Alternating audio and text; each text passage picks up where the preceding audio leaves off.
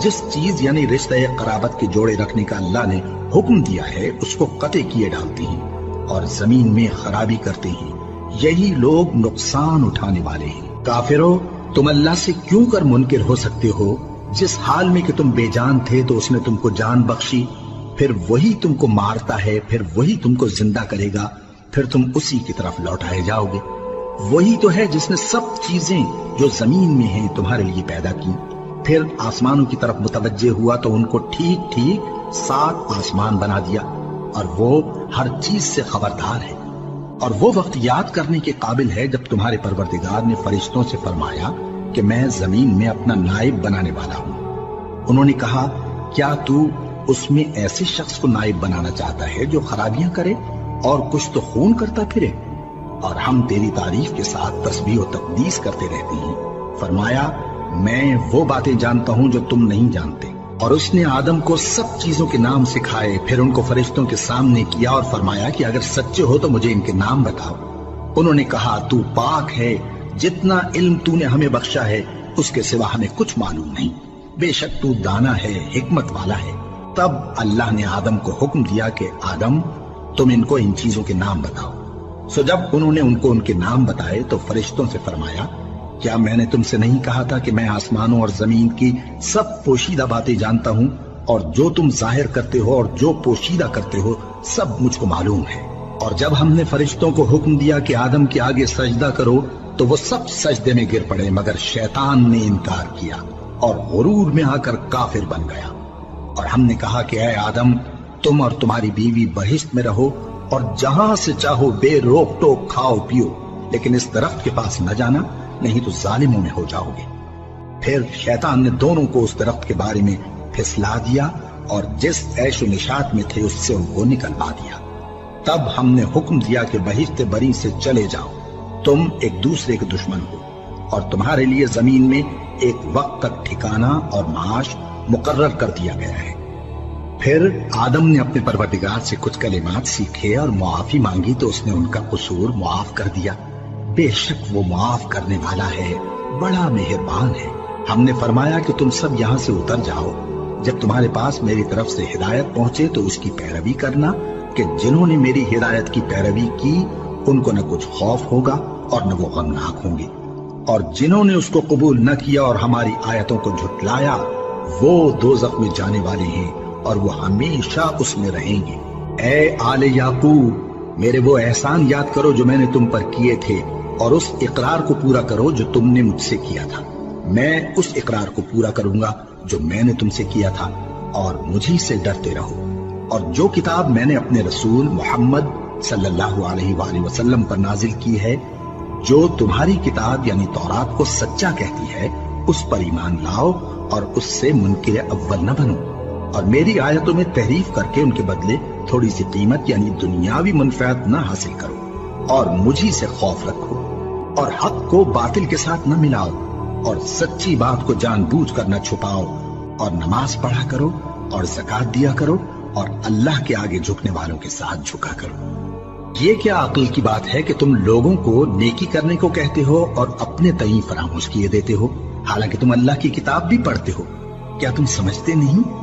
اور رنج و تکلیف میں صبر اور نماز سے مدد لیا کرو، اور بے شک نماز گراں ہے، مگر ان لوگوں پر گراں نہیں جو عجز کرنے والے ہیں، جو یقین کیے ہوئے ہیں کہ وہ اپنے پروردگار سے ملنے والے ہیں اور اس کی طرف لوٹ کر جانے والے ہیں۔ اے یعقوب کی اولاد، میرے وہ احسان یاد کرو جو میں نے تم پر کیے تھے، اور یہ کہ میں نے تم کو جہان کے لوگوں پر فضیلت بخشی تھی۔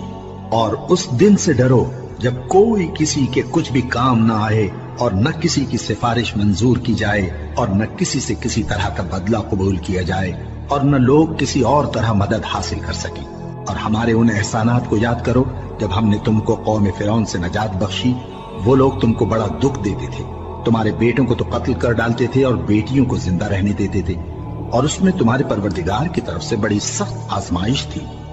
اور جب ہم نے تمہارے لیے سمندر کو پھاڑ دیا، پھر تم کو تو نجات دی اور فرعون کی قوم کو غرق کر دیا، اور تم دیکھ رہے تھے۔ اور جب ہم نے موسیٰ سے 40 رات کا وعدہ کیا تو تم نے ان کے پیچھے بچڑے کو معبود مقرر کر لیا، اور تم ظلم کر رہے تھے۔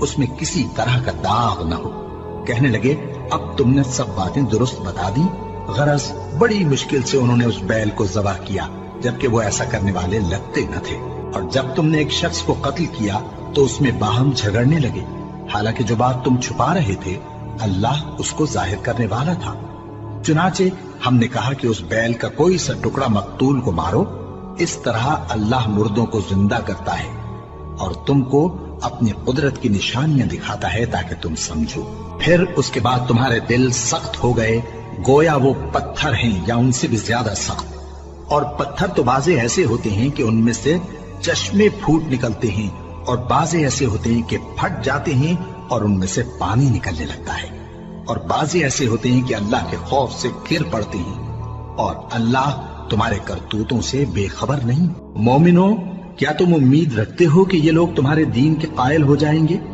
حالانکہ ان میں سے کچھ لوگ کلام اللہ یعنی تورات کو سنتے، پھر اس کے سمجھ لینے کے بعد اس کو جان بوجھ کر بدل دیتے رہے ہیں، اور یہ لوگ جب مومنوں سے ملتے ہیں تو کہتے ہیں ہم ایمان لے آئے ہیں، اور جس وقت تنہائی میں ایک دوسرے سے ملتے ہیں تو کہتے ہیں جو بات اللہ نے تم پر ظاہر فرمائی ہے وہ تم ان کو اس لیے بتائے دیتے ہو کہ قیامت کے دن اسی کے حوالے سے تمہارے پروردگار کے سامنے تم کو الزام دیں۔ کیا تم سمجھتے نہیں؟ کیا یہ لوگ یہ نہیں جانتے کہ جو کچھ یہ چھپاتے اور جو کچھ ظاہر کرتے ہیں اللہ کو سب معلوم ہے؟ اور بعض ان میں ان پڑھ ہیں کہ اپنی آرزوؤں کے سوا اللہ کی کتاب سے واقف ہی نہیں، اور وہ صرف اٹکل سے کام لیتے ہیں۔ سو ان لوگوں پر افسوس ہے جو اپنے ہاتھ سے کتاب لکھتے ہیں اور کہتے یہ ہیں کہ یہ اللہ کے پاس سے آئی ہے، تاکہ اس کے عوض تھوڑی سی قیمت یعنی دنیاوی منفعت حاصل کریں۔ سو ان پر افسوس ہے اس لیے کہ بے اصل باتیں اپنے ہاتھ سے لکھتے ہیں، اور پھر ان پر افسوس ہے اس لیے کہ ایسے کام کرتے ہیں، اور کہتے ہیں کہ دوزخ کی آگ ہمیں چند روز کے سوا چھو ہی نہیں سکے گی۔ ان سے پوچھو کیا تم نے اللہ سے اقرار لے رکھا ہے کہ اللہ اپنے اقرار کے خلاف نہیں کرے گا؟ یا تم اللہ کے بارے میں ایسی باتیں کہتے ہو جن کا تمہیں مطلق علم نہیں؟ ہاں کیوں نہیں، جو برے کام کرے اور اس کے گناہ ہر طرف سے اس کو گھیر لیں تو ایسے لوگ دوزخ میں جانے والے ہیں، اور وہ ہمیشہ اس میں جلتے رہیں گے، اور جو ایمان لائیں اور نیک کام کریں وہ جنت کے مالک ہوں گے اور ہمیشہ اس میں عیش کرتے رہیں گے۔ اور جب ہم نے بنی اسرائیل سے عہد لیا کہ اللہ کے سوا کسی کی عبادت نہ کرنا، اور ماں باپ اور رشتہ داروں اور یتیموں اور محتاجوں کے ساتھ بھلائی کرتے رہنا، اور لوگوں سے اچھی باتیں کہنا، اور نماز پڑھتے اور زکوٰۃ دیتے رہنا، تو چند آدمیوں کے سوا تم سب اس عہد سے منہ پھیر کر پلٹ گئے۔ اور جب ہم نے تم سے عہد لیا کہ آپس میں کچھ تو خون نہ کرنا اور اپنوں کو ان کے وطن سے نہ نکالنا، تو تم نے اقرار کر لیا اور تم اس بات کو مانتے بھی ہو۔ پھر تم وہی ہو کہ اپنوں کو قتل بھی کر دیتے ہو، اور اپنے میں سے بعض لوگوں پر گناہ اور ظلم سے چڑھائی کر کے انہیں وطن سے نکال بھی دیتے ہو، اور اگر وہ تمہارے پاس قید ہو کر آئیں تو بدلہ دے کر ان کو چھڑا بھی لیتے ہو، حالانکہ ان کا نکال دینا ہی تم پر حرام تھا۔ یہ کیا بات ہے کہ تم کتاب اللہ کے بعض احکام کو تو مانتے ہو اور بعض سے انکار کیے دیتے ہو؟ تو جو تم میں سے ایسی حرکت کریں ان کی سزا اس کے سوا اور کیا ہو سکتی ہے کہ دنیا کی زندگی میں تو رسوائی ہو اور قیامت کے دن سخت سے سخت عذاب میں ڈال دیے جائیں۔ اور جو کام تم کرتے ہو اللہ ان سے غافل نہیں۔ یہ وہ لوگ ہیں جنہوں نے آخرت کے بدلے دنیا کی زندگی خریدی، سو نہ تو ان سے عذاب ہی ہلکا کیا جائے گا اور نہ ان کو اور طرح کی مدد ملے گی۔